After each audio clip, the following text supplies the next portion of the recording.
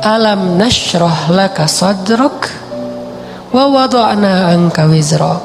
Kalau kita lapang dada, ringan beban kita teh. Kenapa kadang-kadang punggung kita nih di sini tuh pundak kita rasanya kayak keras gitu kan ya? Kebanyakan pikiran. Pas kita dipijat, kenapa nih keras banget? Stres. Kenapa kok bisa stres? Dadanya sempit. Orang yang dadanya sempit, satu kesalahan orang aja udah bikin dia nyesek. Tapi kalau dadanya lapang, kesalahan-kesalahan orang itu nggak bikin dia nyesek karena masih lapang. Kayak sebuah ruangan sempit, ditaruh satu barang udah sesek. Tapi kalau ruangannya luas, ditaruh banyak barang juga masih lapang, gor gitu. Naruh lemari beberapa masih lapang. Tapi kalau kamar mandi, taruh lemari satu udah nggak bisa ngapa-ngapain kan ya. Jadilah syarhus sadar, berlapang dada dengan kesalahan orang lain kepada kita. Sehingga kita nggak gampang nyesek, kita nggak gampang stres, kita nggak gampang nyimpen, nggak gampang sakit punggung kita. Kayak gitu Allah bilang, alam nashrah laka sadrak. Kalau udah lapang dada, wa wada'na anka wizrak, kami turunkan beban-beban kamu. Alladzi anqadha dhahrak, yang memberatkan punggungmu. Caranya gimana? Fa inna ma'al usri yusra, inna ma'al usri yusra, fa idza faraghta fansab wa ila rabbika farghab. Itu kan ajaran supaya syarhus sadar. Pasti ada kebaikan di sini, pasti ada kebaikan di sini. Minta aja sama Allah, minta tolong kepada Allah, maafkanlah dia, supaya kita enggak angqadallah, enggak memberatkan punggung, enggak jadi berat sendiri gitu. Jadi stres sendiri, jadi kayak terbeban sendiri. Ini kalau orang kepada kita, kayak misalnya cara lapang dada itu kayak husnuzon, salah satu yang paling penting. Oh, pasti bukan saya maksudnya. Kadang-kadang kan kita suka baper sendiri ya. Ada yang ngomong apa, chat di grup, kita ngerasa kayak di-spam gitu. Wah, ini gua banget nih yang diomongin. Padahal enggak. Bukankah kita sering dengerin khutbah atau ceramah seseorang ustadz itu, kayak ustadz itu kenal kita banget? Kok ustadz itu jadi tahu masalah saya sih? Enggak, dia nggak tahu masalah kita. Allah yang menuntun lisannya karena pengen menasihati kita lewat dia. Tapi dia nggak tahu, jadi jangan kegeeran, jangan baper sendiri. Wah, ustadz ini pasti ngomongin saya nih. Enggak, ustadznya juga nggak tahu masalah kita. Karena ada beberapa kasus yang saya pernah kayak gitu, saya lagi ngomongin apa, terus tiba-tiba ada jemaah yang kayak tersinggung. Wah, ustadz ngomongin saya nih di depan umum. Siapa juga orang, saya nggak kenal orangnya. Kenapa kok persis? Saya juga sering kayak gitu kan, udah 2 tahun ini kan saya nggak khutbah Jumat nih. Kenapa nggak khutbah Jumat? Salah satu alasannya saya pengen Jumat itu privasi waktu buat anak laki-laki saya. Karena dia sekarang udah 3 tahun, saya kasih jatah pokoknya Jumatan harus di Cihanjuang bareng Yahya. Karena saya pengen dampingin dia ke masjid hari Jumat. Alasan kedua, ada penyakit ustadz yang dulu pernah saya alamin. Apa penyakit ustadz? Keseringan ngomongin menasihati orang, jarang dinasihati. Nah, saya pengen Jumat itu waktu saya mendengar nasihat buat diri saya sendiri. Awal-awal itu benar kerasa. Pas pertama dengar khutbah orang, apaan sih ini kayak gini ngomongnya? Ada tuh ego ustadz kayak gitu tuh muncul tuh. Itu kan yang lagi diobatin tuh. Wah, nggak gini, saya tahu dalilnya lebih dari ini, mulai muncul gitu-gitu tuh. Awal-awal kayak gitu, tapi astagfirullahaladzim, sombong banget sih gue. Udah. Terus kalau ada yang ngomongnya kadang-kadang kayak nggak mungkin belum terbiasa ngomong depan umum, kayak agak-agak nervous mungkin atau agak-agak kaku gitu. Muncul rasa sombong, tapi lama-lama di recovery, diperbaiki apa? Kalau saya menghargai dia walaupun nggak bagus, nanti orang akan menghargai saya ketika saya nggak bagus performnya. Jadi pas saya duduk gitu, dia ngomongnya kayak ngebosenin banget, boring banget tuh ceramahnya, tapi saya tetap gitu. Padahal boring banget ceramahnya, tapi saya kayak menghargai. Apa yang saya maksud di situ? Saya pengen juga orang kayak gitu ke saya kalau saya ceramah. Mungkin teman-teman ada yang kayak gitu sekarang. Apaan sih Ustadz, tapi masih aja gini. Padahal boring banget ceramahnya. Kenapa? Mungkin karena saya juga menghargai ceramah orang yang mungkin belum terlalu terbiasa ceramah. Ini yang saya pelajari ketika nggak khutbah lagi. Ditambah lagi sering banget saya kayak ngerasa khotib ini kayak ngerti banget apa yang saya sedang alamin. Kayak lagi baper sama teman, lagi baper sama istri, langsung ceramahnya tentang suami kepada istri. Loh, kok tahu banget sih masalah saya? Kan sering kayak gitu kan? Itu bukan karena dia tahu loh, Allah yang maha tahu. Allah lagi menuntun kaki kita melangkah ke masjid yang khutbahnya tema itu. Dan Allah menuntun lisan ustadz untuk ceramah pas waktu kita datang tentang tema itu. Allah yang lagi nasihatin kita lewat lisan seorang ustadz. Jadi jangan baper. Gitu juga ke temen. Bukan dia tahu masalah kita, pengen nyindir kita, pengen nyepet kita. Enggak sama sekali. Jadi legowo. Syarhus sadar, salah satu caranya husnuzon. Yang bukan yang cewek-cewek juga, kalau lagi ngobrol sama teman-temannya, tiba-tiba ada yang kecelutukan ngomong apa, jangan langsung diem. Wah, ngomongin saya nih, pasti saya maksudnya. Belum tentu, husnuzon aja. Mungkin dia emang gak tahu masalah kita. Teman-teman yang lain tahu kecuali dia yang ngomong nih. Berarti jangan-jangan kita udah baper habis-habisan, udah habis air mata kita nangis sepanjang malam, ternyata gak ada masalah. Kan konyol banget kan ya. Kita udah curhat kemana-mana, udah marah ke siapa-siapa, terus udah nangis sepanjang malam, udah bengkak matanya. Besok pas tabayun, maaf ya saya nggak tahu kalau ada masalah itu. Oh jadi kamu nggak tahu? Nggak tahu, rugi dong air mata saya udah 1 ember. Ini sering terjadi. Kenapa? Karena kita nggak syarhus sadar, nggak husnuzon dulu sama orang lain. Kalau misalnya menurut kita dia tahu banget masalah saya masih diomongin, oh mungkin dia silap, mungkin dia lupa, mungkin dia terlanjur ucap, atau enggak dia pasti ngonsep tuh, soalnya captionnya tuh panjang banget, pasti dia nulis. Kalau gitu mudah-mudahan dia udah sadar sekarang, belum sempat aja minta maaf ke kita, yang jelas dia udah sadar, udah minta ampun ke Allah. Husnuzon. Bukankah Allah mengatakan ijtanibu katsiran minaz-zon? Satu-satunya yang layak kita suuzonin itu cuma setan, bukan orang. Minimal kita bilang bukan dia nggak maksud kayak gitu. Setan yang nuntun lisan dia, setan yang bikin dia mengatakan itu, dan dia udah sadar sekarang. Setan aja yang disalah-salahin, nggak apa-apa. Apa salah saya kata setan? Ya emang salah. Apa salah saya? Ya kamu jadi setan gitu. Kan suuzon yang diperbolehkan buat setan doang kan? Kayak Nabi Yusha ketika lupa masalah ikan dengan Nabi Musa pas nyari Khidir. Apa kata Nabi Yusha? Wa ma ansanihu illa syaitanu an adzkurah. Maaf ya Nabi Musa, tidak ada yang buat saya lupa kecuali syaitan. Jadi yang dikambing hitamkan oleh Nabi Yusha adalah setan. Lagian kalau kita ada masalah, pasti kita ngomongnya apa? Auzubillahi minasyaitonirrajim. Setan bilang, enggak, saya enggak godain kamu, kamu aja sendiri kegeeran. Kan bisa aja gitu kan ya? Tapi tetap itu udah fitrah. Nah, dia setan. Tapi kalau jin enggak. Kita nggak boleh suuzon sama jin. Ada penampakan apa nih, kayaknya mau ganggu saya sholat tahajud nih, enggak. Dia cuma lewat doang gitu. Tapi kalau setan benar, nggak khusyuk pasti setan. Nggak bisa move on pasti setan. Wujudnya manusia. Kan setan itu minal jinnati wan nas ya, dari jin dan manusia tuh. Enggak. Bercanda, astagfirullahaladzim. Nanti saya di-report, di-ban lagi akun saya sama mantan-mantan. Banyak gening. Oke. Dari orang ke kita, syarhus sadar. Secara syarhus sadar, lapang dada gimana? Husnuzon. Dan ini nggak bisa sekaligus, teman-teman saya juga masih belajar husnuzon. Oh mungkin. Iltamis li akhika alfa uzrin. Cari 1000 alasan buat saudara kamu. Kalau nggak bisa gitu, minimal cuek. Arti cuek, gak usah dipikirin, gak usah dibahas. Kadang-kadang ngebahas satu masalah sebetulnya cara lain buat setan untuk bikin kita gak pernah bisa selesai dengan masalah itu. Terus aja dibikin berlarut-larut.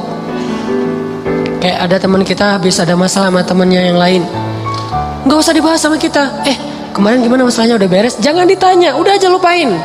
Begitu kita tanya, dia akan bilang lagi, ya tuh nggak apa, kemarin dia masih ngomongin saya. Oh gitu, terus kita pancing-pancing lagi tuh. Harapannya apa? Niat kita pengen empati, padahal itu bukan empati itu. Pengennya kita berpihak sama dia, itu nggak berpihak. Tahu nggak apa arti namimah atau mengadu domba? Kata Nabi, la yadkhulul jannah an-nammam. Nggak akan masuk surga orang yang suka mengadu domba. Nggak akan masuk surga. Nah, adu domba itu ada 2 teman-teman. Ada adu domba orang yang memang jahat, ada adu dombanya orang soleh. Orang soleh juga bisa mengadu domba. Gimana caranya? Kalau orang yang gak soleh mengadu domba, dia sengaja membuat fitnah di antara dua orang sehingga mereka jadi baperan, jadi putus silaturahim. Ini nggak soleh. Insya Allah kita nggak akan kayak gitu. Saya yakin nggak ada niat kita ngadu domba orang. Tapi kita mungkin banget terjebak di adu domba yang kedua. Adu dombanya orang soleh nih. Gimana ngadu dombanya? Nih saya kasih contoh. Si A ngomongin si B di depan kita. Tapi nggak sampai kan ke si B. Kita yang dengar, si B nggak dengar. Misalnya kayak dia lagi ngejapri kita, yo dia gini. Kita kan yang tahu. Terus kita capture, kita forward ke si B. Ini aku bukan mau manas-manasin ya, tapi ini cara jawabnya gimana nih, dia ngomong kayak gini tentang kamu. Kita capture, sakit hatilah si B. Oh ternyata dia ngomongin saya di belakang. Itu perumpamaannya kata para ulama. Si A manah si B, tapi nggak kena, anak panahnya jatuh di lantai. Kita ambil, kita tusuk ke dadanya sambil kita katakan ini bukan dari saya lah, dari dia loh ya. Nih. Kayak gitu analoginya. Itu namimahnya orang soleh. Adu dombanya orang soleh. Jadi kita nggak niat memfitnah. Kita niat pengen menyampaikan kebenaran. Kita lagi empati, pengen tabayun. Gak usah tabayun kepada korban. Tabayunnya kepada pelaku. Apa bukti kamu ngomong kayak gitu? Gitu, nanya ke pelaku. Jangan, bener nggak yang dia omongin? Jangan, salah nih. Konsep tabayun itu bukan kepada korban yang dibicarain, kepada yang ngebicarain. Jadi kayak ada teman kita yang ngomong hal-hal yang gak benar, tanyanya balik ke dia, apa bukti kamu ngomong kayak gitu? Kalau benar, gak usah disampaikan. Kita kebalik, dia ngomongin kamu kayak gini, benar gak? Nah, ini konsep tabayun yang akhirnya bukan tabayun jadinya, namimah. Udah jatuh tuh anak panah di lantai, kita ambil, kita tusuk. Ini bukan dari saya ya, dari dia. Dia terus ketusuk. Makasih ya, kamu udah nyampain anak panah ini ke saya. Dia emang nggak bener nih orangnya. Padahal yang nusuk bukan dia loh, orang ini nih. Kan kita kadang-kadang kayak jadi akrab gitu dengan orang yang sering ngebukain sebuah masalah ke kita kan. Walaupun bikin kita bete, kita anggap dia kayak setia banget, berpihak banget sama kita, empati banget. Enggak, ini salah. Nggak kayak gini caranya. Harusnya kita bilang, kalau kamu tahu itu nggak nyaman buat saya, jangan disampaikan. Gitu harusnya. Tapi dia ngomongin kamu, biarin aja dia ngomongin. Yang penting kan saya nggak dengar, sehingga saya nggak sakit hati ke dia. Mudah-mudahan Allah maafin dia, kan selesai. Justru gara-gara kamu sampaikan ke saya jadi sakit hati ke dia. Allah nggak maafin dia, Allah nggak maafin saya nih. Putus silaturahim kita berdua. Kamu nih pelakunya nih. Kok jadi saya sih? Ya kamu. Oh rame perang segitiga. Kan ini yang terjadi kan selama ini. Ini lebih realistis menurut saya daripada namimah yang memang niatnya jelek. Buat saya sih, saya husnuzon sama kita semuanya. Gak ada lah niat kita jelek pengen memfitnah orang, gak. Tapi seringnya kita terjebak tanpa kita sadari.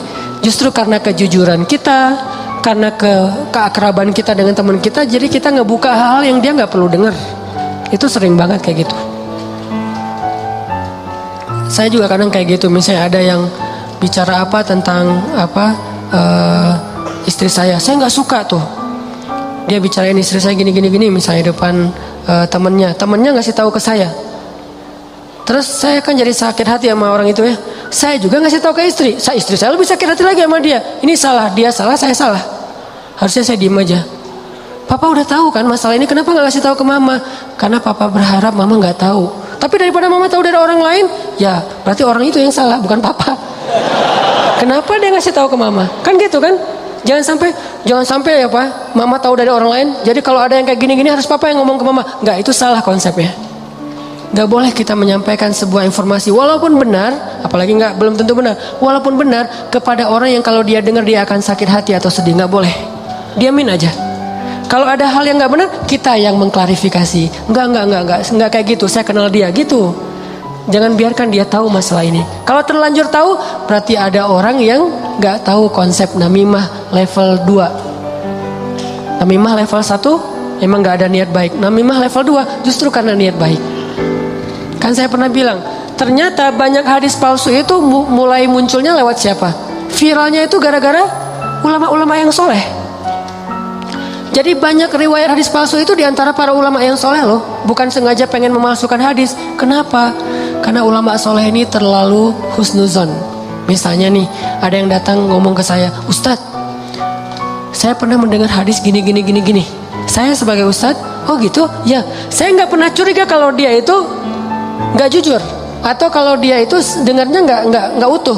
sehingga saya meriwayatkan lagi. Orang dengarnya dari saya juga nggak curiga kalau saya akan main-main dengan hadis kan, sehingga tersebarlah hadis palsu. Bukan karena ada orang yang jahat, ada memang sebagian hadis palsu gara-gara pedagang. Biasanya hadis palsu itu pedagang, penguasa, dan ulama. Ini 3 penyebab hadis palsu. Pedagang pengen ngelarisin barang dagangan. Siapa yang memakai jubah atau sorban 7 meter di hari Jumat, maka dia akan mendapatkan dijauhkan dari api neraka 7 kali langit dan bumi. Untuk jualan sorban 7 meter. Siapa yang makan buah ini maka dibebaskan dari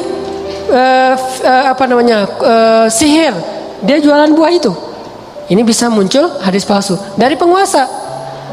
Siapa yang mengangkat seorang penguasa yang kayak gini maka Allah melaknat dia. Gara-gara apa? Saingan politik. Ulama menyebarkan hadis palsu, kenapa? Karena nggak pernah berpikir orang akan bermain-main dengan hadis Nabi, sehingga dia percaya aja kepada orang itu. Baru nanti di masa berikutnya ulama ketika ngelihat banyak banget hadis palsu, mereka perbaiki. Ini riwayatnya dari siapa, ini dari siapa. Bisa jadi periwayat hadis palsu itu adalah orang soleh, ulama besar. Kenapa bisa ngeriwayatin? Husnuzon. Gak mungkinlah dia bohong atas nama Nabi, langsung diriwayatkan balik kepada orang lain. Orang yang mendengar, gak mungkinlah ustadz bohong atas nama Nabi, terus saja hadis palsunya nyebar. Itu teman-teman. Jadi namimah, mengadu domba juga bisa kayak gitu. Gara-gara kita terlalu akrab dengan teman kita. Kemarin ada yang ngomongin kayak gini, benar nggak? Siapa? Si Fulan. Tapi ini aku karena ke kamu dekat ya teman, jadi aku sampaikan nih. Terus yang teman yang dengarnya, makasih ya udah disampaikan. Kenapa makasih? Harusnya kita bilang, lain kali jangan disampaikan ya yang kayak gitu-gitu ke saya. Harusnya kayak gitu. Kenapa kita malah makasih? Makasih ya udah nyakitin hati saya, kan gitu kan ya bahasa lainnya mah ya. Makasih ya udah bikin malam saya nggak tenang. Makasih ya udah bikin saya bete. Buat apa? Jangan disampaikan. Makanya ketika Nabi mau ketemu seorang sahabat mencegat di tengah jalan. Ya Rasulullah, Rasul udah kenal dengan orang itu? Belum. Orang itu ya Rasul, stop kata Nabi. Kamu ingin menyebutkan aib-aib dia tentang saya? Ya Rasul, biar Rasulullah tahu siapa orangnya. Jangan, saya nggak mau ketemu seseorang yang membuat saya bete duluan tentang dia. Biar saya ketemu dengan dia dan saya nggak tahu apa-apa tentang dia. Jadi Nabi bisa nyaman. Ini cara Nabi menghargai orang lain. Jadi teman-teman,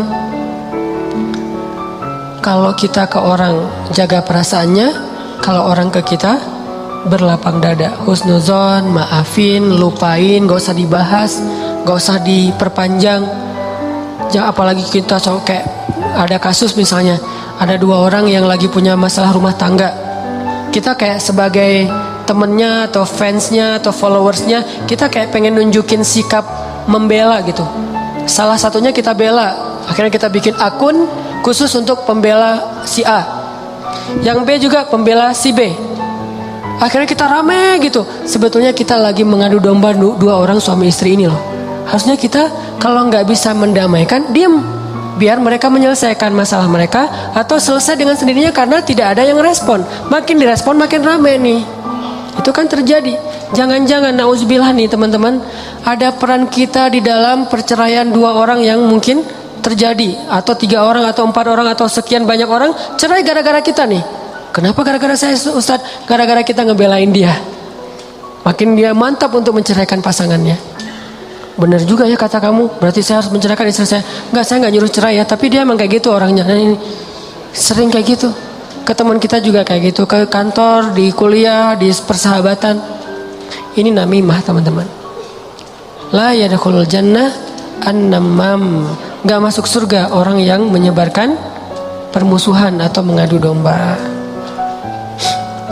Terakhir, mudah-mudahan kita benar-benar bisa menjalankan 2 konsep ini. Satu surat At-Taubah, Ra'fah. Satu lagi surat Al-Insyirah, Syarhus Sadar, dalam bergaul kita, sehingga insya Allah kita nggak punya banyak masalah di antara teman-teman kita. Udahlah, jangan sampai kita larut terus membahas masalah pribadi. Ada banyak masalah umat yang harus kita bahas. Kalau kita benar-benar seorang muslim yang empati kepada umat, mending kita habisin energi kita buat ngomongin Dayakolot, ngomongin banjir di Bandung Selatan, ngomongin orang-orang yang pengangguran, ngomongin teman-teman kita yang kena narkoba di luar negeri, ngomongin Rohingya, Suriah, Palestina. Apa yang bisa kita bantu buat mereka? Mending energinya dipakai buat itu daripada habis terus energi untuk masalah kita pribadi. Kayaknya egois banget sih. Di sana banyak yang butuh pertolongan kita malah sibuk dengan urusan pribadi. Itu buat saya tuh nggak keren. Kita terlalu egois membahas masalah pribadi. Boleh, tapi porsinya jangan kegedean. 30% aja, 70%-nya untuk umat. Saya juga punya masalah keluarga. Semua orang punya masalah keluarga, tapi saya nggak mau berlarut-larut. 30% aja. Sisanya kalau saya ketemu sama teman, pasti yang dibahas masalah kemaslahatan umat. Mudah-mudahan ini bermanfaat. Mohon maaf kalau ada salah kata. Dan semoga Allah memberi ilham dan taufik dalam hati kita untuk menjalankan apa yang sudah kita dengar, bukan hanya jadi wawasan, bukan hanya jadi